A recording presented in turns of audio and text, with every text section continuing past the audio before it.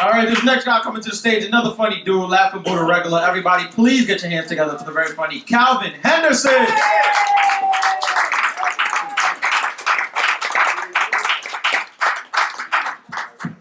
Good evening, everybody. How are we today? One of the cool things about doing stand-up comedy is that it's brought my family together. They always come to all my shows. Not because they're all diehard fans of comedy. They didn't know I talked. You know, like the one thing, I turned 30 this year, and the one thing that I've tried to do is I have to look at my parents like they're real people. You know, try to look at them as, you know, human beings and all that stuff. So you understand, like my father, I didn't see him much growing up. I saw him 4 times out the year. My birthday, his birthday, Father's Day, and Christmas. For the record, he's in finance, not prison. So the thing is, like my dad, because I didn't see him much, but he knows I work in IT. So every time I hear from him, you know, every time he'll just call me out the blue and stuff. It's like, son, you got to come over and fix my computer, and that way I get to see you. Where was that after 30 years? You know what I mean? Like that's all it took after just to create computers. You know, Steve Jobs had to get involved in this, and my mom started listening to Tupac. You have no idea how weird it is to hear a middle-aged black woman start listening to Tupac. That's like finding out Hillary Clinton's favorite band is Slipknot. If you've never heard of Slipknot, picture 9 white guys from Iowa in masks and coveralls playing heavy metal. It's like Texas Chainsaw Massacre, the musical. My mother knows Tupac so well that she will rap the lyrics in the car. I don't know how, it's like we're sitting stopped at a red light one time, Brenda's got a baby pops up, she starts spitting. She's like, Brenda's got a baby, but Brenda barely got a brain. It's a damn shame, she can barely spell her own name.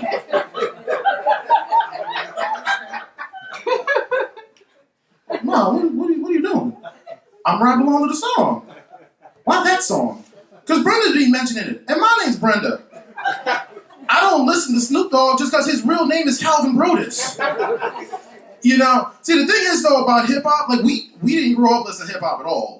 It didn't make much sense to listen to more angry black men yell at me in my house. You know what I mean? Like, I thought Eric B. and Rakim were Bert and Ernie's neighbors. I thought De La Soul was a food truck. I thought Wu-Tang was orange soda that came with your Chinese food. I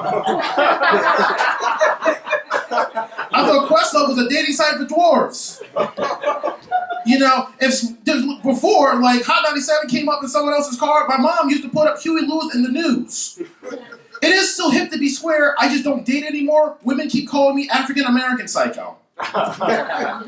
You know, it's so weird, because I mean, I'm starting to listen to hip-hop more. I'm trying to find ways of getting blacker, is what I'm trying to say. I'm just doing it in the whitest way possible by listening to more hip-hop. I don't discriminate by age or like that. I go from the old school of, you know, Pete Rock, CL Smooth, from Illmatic, to the new school of Kendrick Lamar's To Pimp a Butterfly, J. Cole, and then I started listening to Drake, and see, the thing about Drake, like, he's like the perfect rapper. He's like the perfect rapper for white people. You know what I mean? Like, think about it. If Skynet existed and they started creating rappers instead of Terminators, they would all look like Drake. Think about it. It's like, think of all the stuff that goes into Drake. You gotta be blackish. You gotta be Jewy. You gotta be sensitive enough for the ladies. Hell, let's throw in the fact he's from one of the safest countries in the world, Toronto, Ontario, Canada. You know, it's like, gee whiz, gosh golly gee, I think he's safe enough for grandma to listen to. You know, got this one song on his mixtape or whatever the fuck he's trying to do to get out of his record deal. All he did for 20 minutes was bitch about his woes. All he did, just 6 minutes. Crying on the 6 with my woes. Crying on the 6 with my woes. 10 minutes later, crying on the 6 with my woes. Crying on the 6 with my woes. What are you crying about, dude? That's me on the 6th of every one of my sets. What do you have to be sad about? You're black and Jewish, so you look Puerto Rican. What's wrong with you? You know, I'm like, wow. I felt blacker listening to Arcade Fire. And I like indie rock too, believe it or not. I started listening to Sonic Youth, Echo and the Bunnymen, all the other bands. I like listening to it because black people and white people have no idea what those bands are. So I still feel black by default. It's Illuminati music. You gotta be in the know in order to understand this stuff, is what I'm trying to say, like I said, for my next trick, I like my family very much. But the thing is, the year started out very well. My mom, my dad both called me fat. Oh yeah. They love calling me fat. I'm not offended they called me fat. I'm more offended they found something to agree on. You understand my family. It's like shit. I could be as skinny as a track runner and I'd still be the fattest person in my family. My dad, he bikes 20 miles around City Island. My mom, she'll go to the gym 3 times a week. My sister's vegan. Like, what do you fill up on when you're vegan? Hummus and lentil soup? And then you have me, like, I had, believe it or not, I had a 6-pack once. Then I drank 4 of them. I like to eat. It just gets me so self-conscious. I like to eat. I like my cornbread. I like my pork chops. I like my hamburgers. I like my french fries. Yes, I even like my fried chicken.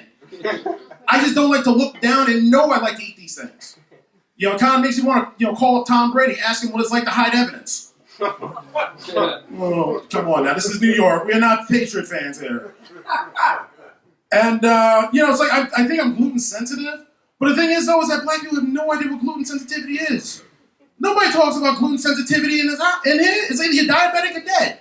But the thing is, I started doing research on gluten sensitivity, and it's like, if you have a really good meal, and it just such a good meal that just leaves you sitting down, like you're just tired as hell, and you start unbuckling your belt, your brain is all foggy and stuff like that, you don't want to do shit. That's gluten sensitivity right there. That's a solar center for gluten sensitivity. The only thing is, black people know that as the itis. I just solved racism right there. You know what I mean? Like, no, you don't need some highfalutin, sophisticated word you gotta look up in a dictionary, like gluten sensitivity. You just need 3 letters. ITIS. Done. For my final trick, ladies and gentlemen, why does Spike Lee make fun of Tyler Perry's movies when he looks like a Tyler Perry character at Nick Games?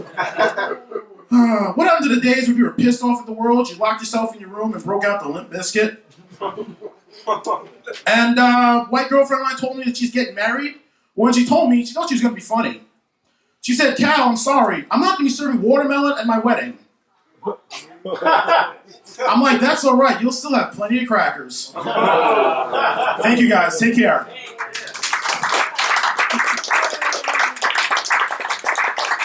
Calvin Henderson, everybody. Clap it up for Calvin Henderson.